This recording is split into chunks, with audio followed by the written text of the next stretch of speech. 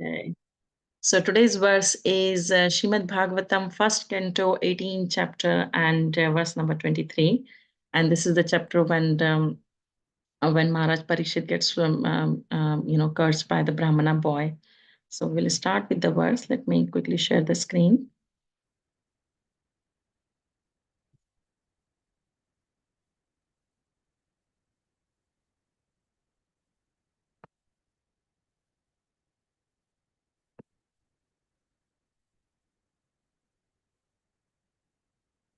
So it's verse 1:8, Shrimad Bhagavatam 1:8, 18, 23.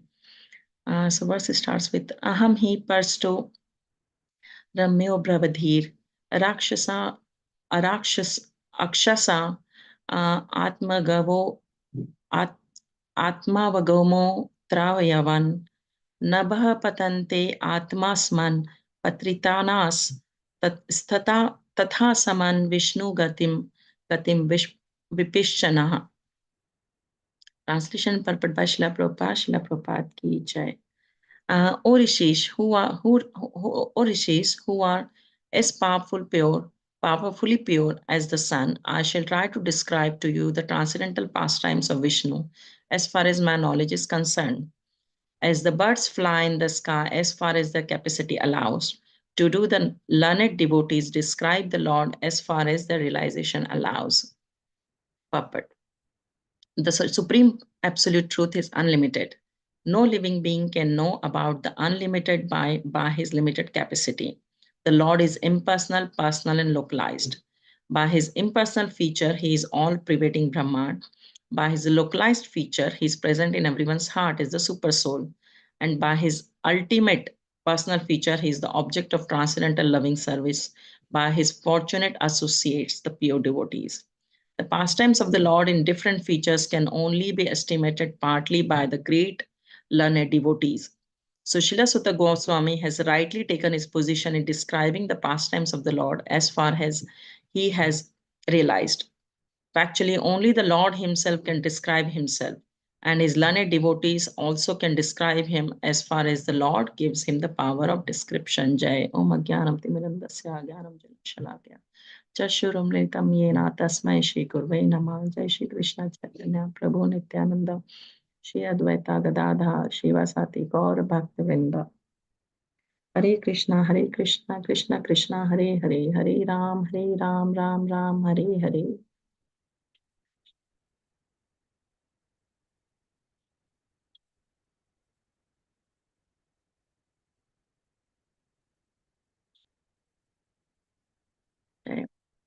There's a very beautiful verse which is spoken by the Sutta Goswami to the sages of Animisharanya.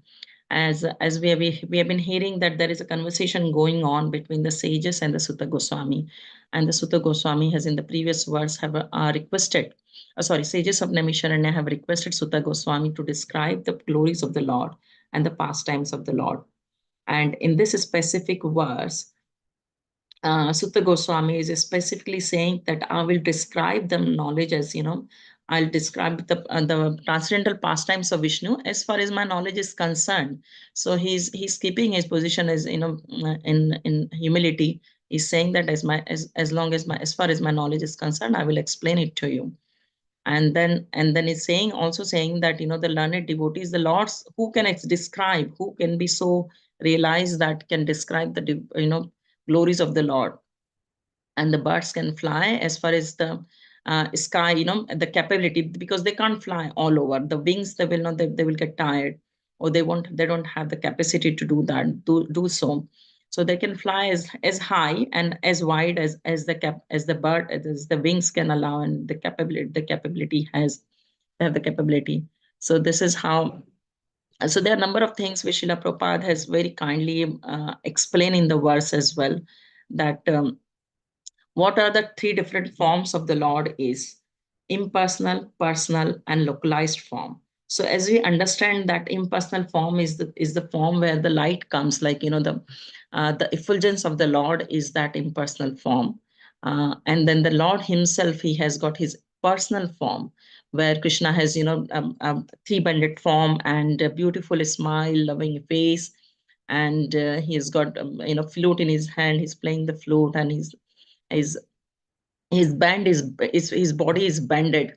So that is his personal form, and that is again, there is different glories for through that personal form, and the form which is residing in our own all of our heart. So Srila Prabhupada is saying that there are different glories of these three form features of the Lord: impersonal, personal, and localized. And who can describe the pastimes of this Lord of different features? Because personal form has his beauty. Who can describe the Lord's form, Lord's glory, Lord's name, Lord's roop, form, nam, roop, gun? Who can explain them except the pure devotees of the Lord can do that. And the pastimes of the Lord uh, is has to be realized as well. And the glories, some like that, isn't it, the realization doesn't come easily. It's only by the sincere sadhana one can become realized. By reading the scriptures and understanding the previous acharyas, one can realize the Lord's pastimes and the glories and the mercy of the Vaishnavas as well. Mercy and blessings of the Vaishnavas, one can realize the Lord's glories, and then only can they can explain. So there are a number of things which is in this particular verse has been explained as the humility of the Sutta Goswami. Like, if you know, Sutta Goswami was actually uh, the son of the Romaharshana, and Romaharshana was quite a scholarly sage who was at the time of Krishna and Balram, when the Yuddha was going on, and when Balram decided to go on the pilgrimage. At that time, Romaharshana was this sage who was sitting on the main seat and explaining the Vedas to the sages in the same place, Naimisharanya. And that's when Balram came, and you all know the past time when Romaharshana decided to not to get up from his seat, and it was insulting to the Lord. And because though he was expert scholar and knew all the Vedas, however, he did not recognize the importance of the Lord Balram and potency of the Lord Balram, and he did not get up from the seat. And Balram, what did he did, for by the blade of grass, he killed Romaharshana. And in that discussion, at the time when that happened, the sages of the Nimisharanya, the sages who were hearing Ramashana, they were very upset. They were very sad that Balram had killed him, because they were affectionate towards Ramahashana. So Balram said that because I had to take that step. I couldn't, because I'm here to protect the religion, protect the dharma, and I can't stop. I had to do that because he did not respected me. And everyone understood that. Then Balram said that though I cannot bring him back, but I bless him, that whatever blessings you have given to Romaharshana, to have the long life, to have the knowledge of all the Vedas, to know everything about the Lord, all the blessings you have given to Romaharshana, I'll pass those blessings to his son. So who was Sutta Goswami? Sutta Goswami was actually the son of Romaharshana, and that's how he was blessed by Balram himself. Lord Balram blessed him to be have a long life, to understood the absolute truth, and to be a pure devotee of the Lord, because the blessings and the character, the son gets it from his father. And this is why, because of this incident as well, that Sutta Goswami had the special blessing by Lord Balram and by his father. And the number of verses where Srila Prabhupada have actually explained that what are the qualities Balram had. And I'll maybe let me open the verse. There are a few verses which I wanted to go through with you that really explains the. So as you can see in this verse, yeah, in this verse it says who was Sutta Goswami. So Sutta Goswami was, it says, let me search.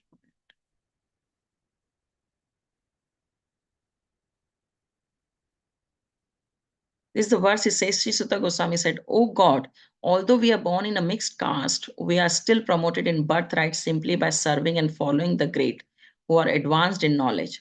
Even by conversing with such great souls, one can without delay cleans oneself of all disqualifications resulting from lower birth. So in this verse specifically, what Sutta Goswami is saying, that because Sutta Goswami did not take the birth in the Brahmana family. See, it says clear, Sutta Goswami did not take his birth in Brahmana family. He was born in a family of a mixed caste or an uncultured low family. So Srila Prabhupada is explaining here that Romaharshana was actually Brahman, and mother, when it happens that mother is a Kshatriya, or the husband and wife both are of the different caste, and one of them are Brahmans, and that is they are not Brahmanas, they're mixed. So the Brahmanas actually, when the children comes out from these families, they are not supposed to read the Vedanta. However, Sutta Goswami was specially blessed. Though he was not exactly from the Brahmana family, his mother was Kshatriya and father was Brahmana, Romaharshana. So, and although after even he was born in a mixed caste, he was still promoted because he was advanced in knowledge. He understood the Lord and his qualities and his pastimes, and this is why he was blessed. And he himself is saying that even by conversing with such great souls, one can be without delay cleanse oneself of all disqualification resulting from lower births. So it says clearly that Sutta Goswami was saying the same to the sages presented in the Naimisharanya, to that if I converse the Lord's pastimes with you all, I will clean myself. This is again in another verse when he is explaining himself, that keeping himself in the position of humility and saying that I can clean myself with all the disqualification resulting from my lower birth. So he's saying he's glorifying the sages present there at Naimisharanya and saying that if you are there, if I discuss this pastimes with you, I'll clean myself. So that is a very beautiful verse which explain that. And there is few more verses which shows Sutta Goswami's yes, this is the verse when it's explained that who is Sutta Goswami. The sages said, respected Sutta Goswami, you're completely free from all vice. You are well versed in all the scriptures famous for religious life and in the Puranas and histories as well, for you have gone through them under proper guidance and have also explained them. So this is as again, sages are glorifying Sutta Goswami, that how he is free from all vice, he's well versed in his scriptures, and he studied and explained them many times. He has done that many times. The most senior, learned Vedantist he's been called. In the explainer, Srila Prabhupada is again, explaining that how he's so uh, expert Goswami. Yeah, because he has learned the Vedas, all histories, Ramayana, Mahabharata. That's how he's been very, learned. See, he not only should be freed from all vices, but must also be well versed in all revealed scriptures in the Vedas. So that's how Sutta Goswami was. And then he was acquainted with the knowledge and guidance, from Vasudeva, because he was the disciple of Vasudeva, Vyasdev. He was the disciple of the Vyasdev as well. So he says, a Goswami or the bona fide representative of Shri Vyasdev must be free from all kinds of vices. So it clearly shows that he was the disciple of Srila Vyasdev. So he was free from all kind of mischiefs, vices, and he's become qualified by submissively hearing from his spiritual master. He has heard from him. So these are the qualities which has been so nicely explained by different verses by the sages themselves, that how scholarly Siddhasudha Goswami was. However, in this verse, when he's saying that he's keeping himself as a small bird, who can't fly far and who can't fly long, and he's keeping himself in that position, is saying that I will try my best, as far as my knowledge is concerned. Though he knows everything, still he's keeping himself in a very low position. And now we'll discuss few things about the humility. What is humility is, and how is it, why is it important to have develop humility for sadhakas like us, who is now starting our journey and trying to make some progress in the spiritual life. Then how can we do that? So what is humility? What is it like? Uh, like as we understand what is humility, keeping ourselves as down to earth, and not showing off our knowledge, our expertise, and keeping always being humble and submissive in front of the senior Vaishnavas and the spiritual master. Srila Prabhupada has very nicely explained actually that what is humility is in this verse is, that explains the 26 qualities of a devotee. And in this, what is humility is, if you search that, yeah, see. Srila Prabhupada is saying humility means that one should not be anxious to have the satisfaction of being honored by others. So this clearly explains that how Sutta Goswami and sages, Sutta Goswami was not expecting any honor from others. So he was being very, very humble. He's keeping himself in a way, in a very low position, saying that he doesn't want, he doesn't have that knowledge. So we don't, humility means that we shouldn't be anxious to get honor from others. The material conception of life makes us very eager to receive honor from others. But from the point of view of a man in perfect knowledge, who knows that he is not this body, anything honor or dishonor pertaining to this body is useless. One should not be hankering after this material deception. People are very anxious to be famous for their religion, and consequently, sometimes it found that without understanding the principle of religions, one enter into the some group which is not actually following religious principles. So this is where Srila Prabhupada is very nicely explaining that what is it what is humility is. So humility is not expecting any honor from others, and not also expecting any um, um, glorification, I should say, glorification or praises from others, and just carry on our service. And it's in the important of, for a sadhaka, it's very important that sometime when we do something, when we do something for the Lord, we think that, oh, I've done such a nice service, may everyone look at my service and glorify me and think that how good I'm devotee I am as. So this is where we have to always remember that the link between ourselves and the Lord is the service, and it's a very personal thing. It's a very personal thing. Yeah, a wife doesn't go out and explain it to everyone, tell everyone that how she's keeping her husband happy. Yeah, it's a very personal thing between husband and wife, how they keep each other happy. So for the pleasure of the Lord, a devotee should always think that this service is only for my Lord. And even if someone glorifies us, someone says anything, we should pass the glorification to whom? To our spiritual master, to our seniors, to whoever has taught us to do that particular service, to whoever has inspired us to do that particular service, and ultimately to the Lord as well. That because Lord has given us all the eligibility, all the capacity, all the knowledge and intelligence to do that service. So pass on that glorification, that praises, those praises at the lotus feet of the Lord and at the lotus feet of the spiritual master, thinking and thanking, being grateful that Lord has allowed us to serve Him in that way. Yeah, that everyone is liking that service. So this should be the position of a sadhaka, to be in that position, to be in that humble position, to not to show off our services. Sometimes it happens that knowingly, unknowingly, we mention that, that I have done this, I have done that, and sometimes in discussion as well, we tend to say, because we have to get the communication, we have to inform someone that I've got this thing to do, I've got that thing to do, and so I'm busy. And that is completely fine. But however, showing off that how good is that service is, that's when the problem comes. Because what it does, because it brings that I concept in our heart. That I thing is me, mine, and I. It's That's where the it destroys, or maybe damages our bhakti, and it stops us going forward. And so it's very important to keep this in the mind, that how humility. And even Srila Prabhupada was so humble.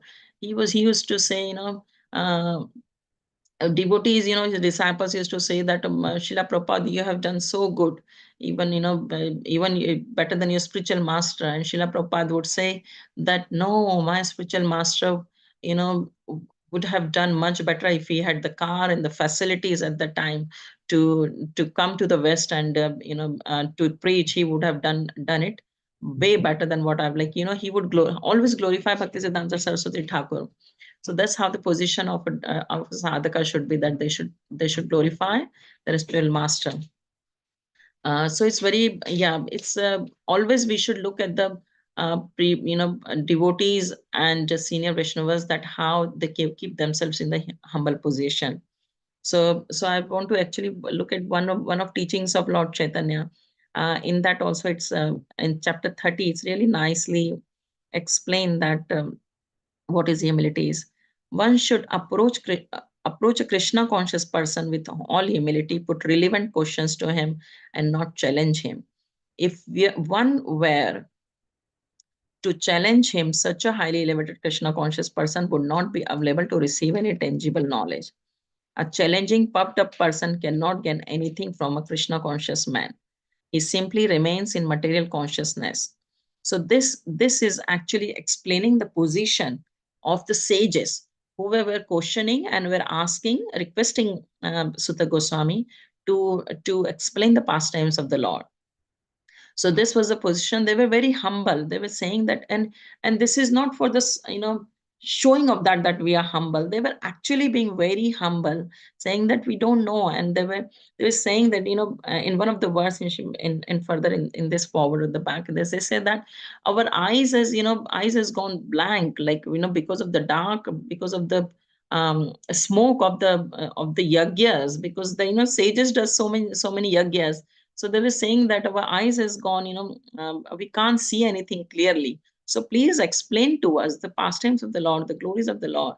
And that's where they were not, making a show of their humility. They were actually being very humble, and they were expressing their desire, their eagerness to hear Krishna's pastime. And this is where in teachings of Chaitanya it says that, Lord Chaitanya says that one should approach a Krishna conscious person with all humility, put relevant question to him and not challenge him. So we have seen this, this particular thing, and question and answer, and how the questions has been put forward in front of their spiritual master, is we should learn from Shrimad Bhagavatam. As we can see how Parikshit Maharaj is questioning Sutta Goswami, how Sutta Goswami, sages of Naimisharanya is questioning Sutta Goswami, how Vidura has questioned Maitreya, and the conversation between Vidura and Uddhava. All this, in teachings of Lord Kapila, how Devati is questioning Lord Kapila. So this all this shows us that how the question and answer between the disciple and the spiritual master should happen, how it should not be challenging, and how it should be in the submissive and humility in the mood of humbleness. So this is one thing we should, as we as all sadhakas, we should, as being a humble and keeping ourselves in the humble position, we should always remember that how should we question, what question should be asked to the spiritual master, not question just for the sake of the questioning or challenging him that I know better than you, then rather than we should ask that even if we hear something different from what he's saying, we should say that by we have here this is this correct, something in very very humble position. So that is one thing is very important. And in this again further it's explained that, look at this, read, we should read this. A challenging puffed up person cannot gain anything from a Krishna conscious man. He simply remains in material consciousness. Although Lord Chaitanya was born in a high Brahmana family and was situated in a highest perfectional stage of sannyasa, he nonetheless showed by his behavior that even an elevated person would not hesitate to take lessons from Ramananda Rai. Although Ramananda appeared as a householder situated in a social status beneath that of a Brahmana. So Lord Chaitanya himself, give an example of being such a high Brahmana from a Brahmana family, and he was himself as a sannyasi. He took, and you must have read the conversation between Ramananda Rai and Lord Chaitanya and Chaitanya Charitamrita, that how low position he keeps and how he's keep asking that tell me more, this, that. He goes to the deep of, the love between Radha and Krishna, and how the gopis served Krishna, and what is the true essence of the love is. That is what questions were raised by Lord Chaitanya and answered by Ramananda Rai. So as you can see from here that how Lord himself is exemplifying how to become a disciple, and how not to keep our caste at the top position, our varna and ashram not at the top position. However you are, either you are brahmachari or grasta or sannyasi, or a brahman, shudra, vaishya, it doesn't matter of your varna or ashram. What it matters that who you're talking to, who how learned that person is, and how your behavior should be in front of them. So this is a very true example of how a disciple should behave. Lord himself is explaining, showing it. Thus, Lord Chaitanya clearly showed that a sincere student never cares whether his spiritual master is born in a higher family or a Kshatriya family, or whether he's a high grade sannyasi, a brahmachari, or whatever. Whoever can teach one without the signs of Krishna is to be accepted as a guru. And this is what, this is when we come back to our original words, that irrespective of Sutta Goswami was, he was not born from Brahmana family, though he could be accepted as a guru because he can explain the pastimes of the Lord. And this is what is main thing, which has been main point. The humility of the Lord has been explained, and then for Srila Prabhupada has, humility of Sutta Goswami has been explained in this verse. And Srila Prabhupada has very nicely explained that who can exemplify, who can explain the pastimes of the Lord, glories of the Lord in three features, that has been completely explained in Srila Prabhupada's verse here. And and again, Srila Prabhupada is glorifying Sutta Goswami. So Srila Sutta Goswami has highly taken his position describing the pastimes of the Lord as far as he has realized. So again, that is very true, that Lord's pastimes is not easy to realize and explain and talk about. But Srila Prabhupada himself saying, as far as he has realized. So the Lord has unlimited pastimes, unlimited glories. Even when he shows his universal form to Arjuna, he says clearly that, you know this is I can show you, but you can't see my complete form. This is all, you don't have the vision. He was telling that this is only tinge of what you're saying here now. So there is unlimited forms of the Lord, unlimited pastimes, unlimited glories of his features, different features, which is very difficult to explain. But the pure devotees of the Lord, they try as much as they can. And this is again, it shows that whatever we have learned, whatever we have heard, we should try and explain it. We should be humble, but we should be confident enough that whatever previous acharyas has given us, and if we have understood something, if we have realized something, we should try and share it with others. We should try and bring others to we should try and bring them to Krishna consciousness. We should explain the Lord's glories to them, that how great is the Lord, how great is his devotees are. So one of the example, when Srila Prabhupada, I was hearing Prabhupada's class in this verse specifically, and Prabhupada was saying that, you know, Krishna took birth as mother of Mother Devaki, Mother Devaki's son, his from Mother Devaki, he's become the son of Mother Devaki. So Devaki was not an ordinary woman; she was a pure devotee of the Lord. You know, Lord had 16,108 wives. Those queens were not normal ordinary queens. They were, pure devotees. They all, whoever got connected to, they were all pure devotees of the Lord. So the devotees of the Lord has a very high position.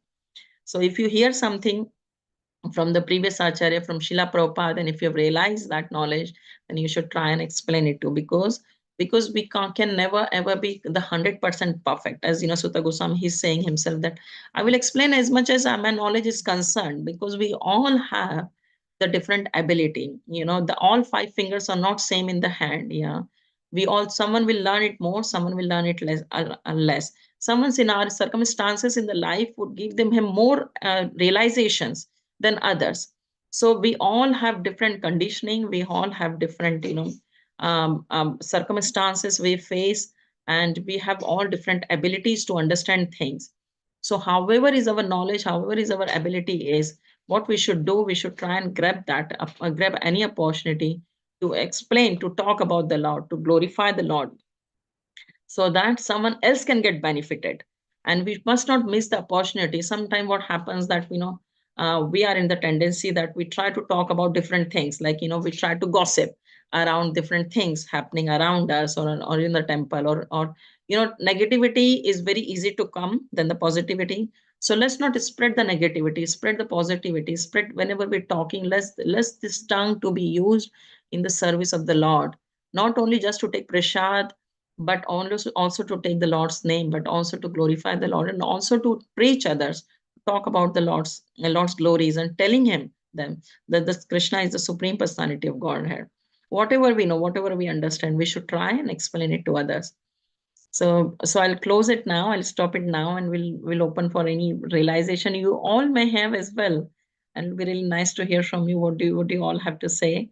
And yeah, please unmute yourself, and it'll be nice to take your darshan. Thank you so much for bearing with me, and whatever I've said purely for my purification. I have no knowledge, no experience and no realizations actually to be able to give a talk on Srimad Bhagavatam.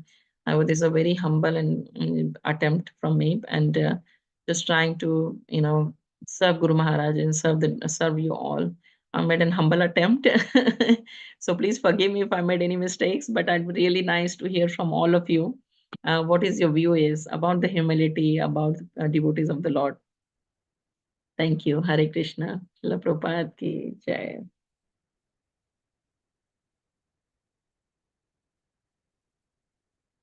Any comments, any questions, any realizations?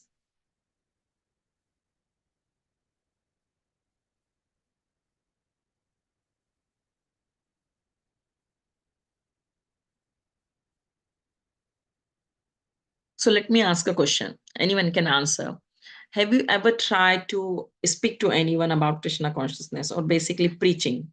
Did you ever try to preach to some who doesn't know about Krishna consciousness?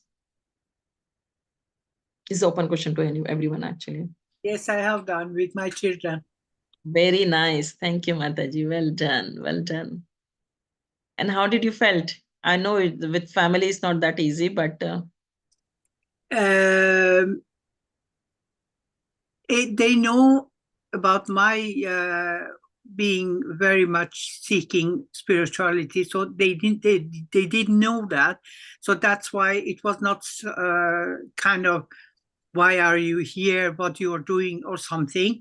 But they have somewhat difficulty, because unfortunately it has happened a lot of things in many spiritual community that makes them somewhat unsure if I'm in the right place, be careful, something like that. But they start to come around, they start to be more understanding and more accepting. But not that they want themselves to follow, but they understand, they respect it, and they think it's very nice that I feel good in it, and so on and so on. I mean, my son, for instance, he's a lawyer, and as a lawyer, you know how the lawyer are questioning everything. They don't accept just right away. So it takes time, of course. So I'm wishing and hoping that they are going to come around also. that's very, very nice attempt, Mataji. Like hats off to you. Well done for for preaching to a lawyer. Basically, first of all, though the preaching to lawyers cannot be easy because they have tendency of ask so many questions, and they don't And trust not to the anyone. doctor either. My daughter is a doctor, and not to doctor, even more difficult for the doctor. Mm, because they have no Even more difficult for them yes. to explain for them and to make them to have understanding. Yes, So, yes. but I'm going to still continue with that. But they read Bhagavad Gita. They have reading Bhagavad Gita. They have Bhagavad Gita from me. That's very nice. That's brilliant. If they're reading on they have Bhagavad Gita, that's very nice. But just by touching and looking at Bhagavad Gita, one can be purified. So it's very, very nice attempt. And just keep praying to the Lord for them because Lord definitely hear his devotees. And whoever we prayed for, I'm sure, I've seen that, even devotees prayed for different devotees, and the life can get transformed by the blessings of the Lord. And Lord does hear his devotees. So that's yeah, just keep praying for you, your children, both of them. Very nice. Thank you, Mataji. Thanks for coming. Thank you. Thank you, Thank Hare you. Krishna. Hare Krishna. Anyone else? Did anyone had tried to preach Krishna consciousness to others? And what was the attempt? How did it go? Really nice to explain, to talk about it, because that's what the important point is, that it's not only about us. It's also about giving what we have. we have received such a nice jam, like, it's life can be transformed, and it is transforming in many people's life. And what we want to do is we want to give this beautiful gift of Krishna consciousness to others. We want to introduce them to Krishna at their original father, and we should all must give it a try, like, whoever we meet, whoever we speak, we should talk about Krishna little bit, maybe little bit, how, even sometime you don't even talk about yours, like, with the Lord directly, like it doesn't come out from your mouth, but the way you behave, the way you how you dress, um you know it can inspire others and bring others to Krishna consciousness. So our behavior, our talk, how do we behave, how do we treat others, everything matters. How devotee's life should be different than ordinary people's. Devotees should be standing out. Yeah, they should. That's how I feel, like standing in devotees. Their everything should be exemplary in their behavior. Yes, Mataji, Veronica Mataji, please go ahead. Humble obeisances. Hare Krishna, good morning to everybody. Thank you very much, Matashi, for your words. And I'm new in Krishna's consciousness, so I feel enthusiastic to share my experience with everybody. And it's very nice because the people that know me, my family, my friends, people whom I work with, they can see the changes. And as you were saying, a devotee or an aspirant to be a devotee, I think as an aspirant to be a devotee, I feel different, and I behave different, and I have my new habits, good habits, healthy habits, and that's something that I think maybe for most of the people experiencing this in the beginnings is intense, and it's really different. So you it's like you can preach with your new attitudes, and I am enjoying that very much. That's very, very nice to hear. That's brilliant. I'm very happy to hear from you, Veronica Mataji. Yeah, that's very good, because you see the difference in your own behavior, because things improve. It says that Krishna consciousness, the chanting of the name, the looking at the Lord's form, it removes, even doing Ekadashi, it removes all the impurities what we have gathered from birth after birth on our heart, on our mind. So it slowly removes that, like how the mirror is covered with the dust, and we start to remove it slowly, and you can see it clearly, and you become a better person, better human being.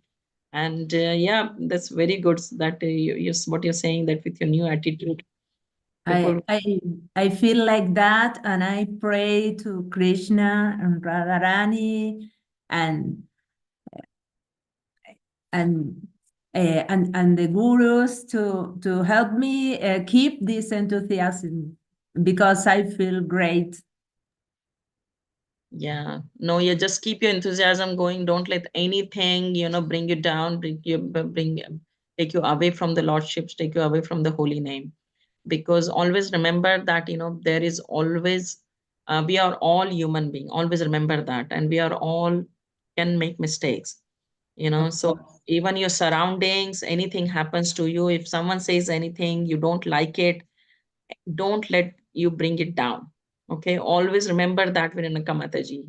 Keep that in your mind, that everyone around you is human being, and we are tend to make mistakes. Yeah, we have, this is one of the quality that we find the faults, we make mistakes. These things happens, but devotees are always higher than anyone else.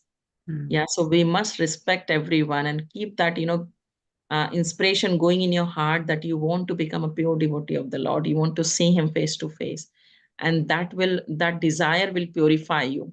And then you will see everyone, as Sutta Goswami was, he wasn't glorifying himself that I know everything, I'm son of this and that, I'm the disciple of Vyasdev. What do you think I can explain Shrimad Bhagavatam very nicely? Though he knew.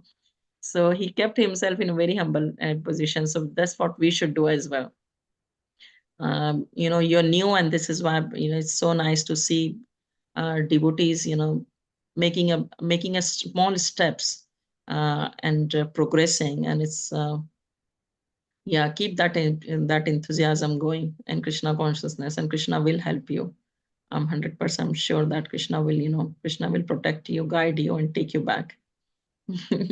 Thank you very much for you being there. That's the way all the devotees keeping Krishna consciousness. You are the ones that I want to associate with. So thank you very much. Thank you. Thank you so much, Veronica Mataji. Thank you for joining the calls every day. Very nice. Anyone else? Did anyone else talked about Krishna to anyone? Like, or maybe connected them to ISKCON, Krishna consciousness, to the Lordships? Or if you have not, because I think I'm not sure in the position to unmute yourself and talk. So I'll just make a comment that if you have not tried, then please do try. Because Krishna, even in Bhagavad Gita, Krishna says that the devotees who who preach my glories are most dear to me. So please don't think that we don't have the knowledge, or we don't understand, we don't know anything. Whatever little we know, try and explain that, try and talk about that to others. And what that will do, it will open up yourself, because Lord is residing. Remember that as soon as you start talking about him, Lord is residing right in your heart. It says in Nectar of Sheesh Upanishad that Lord is far away. He's sitting in the Golok Vrindavan, but he is very near. He's very close to you.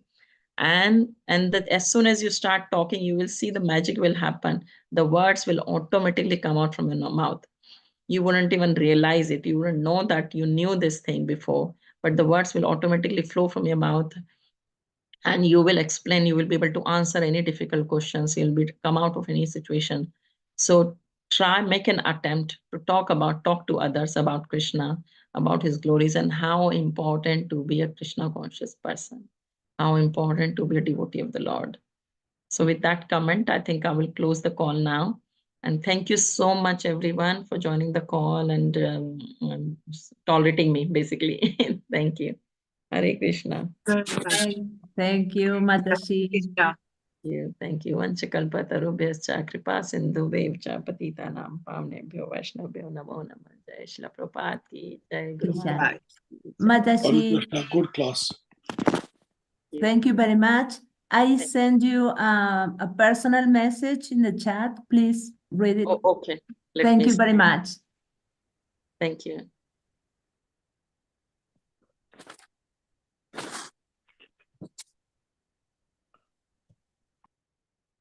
Mataji, give me your number. Maybe type, if you can type your number, I can get in touch with you.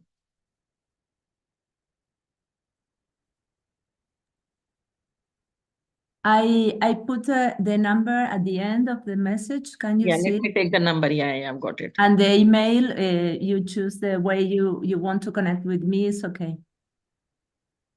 Yes, that's fine. Let me take your number down before I cut down the call. Thank you from the bottom of my heart. Thank you very much. 54935 444 01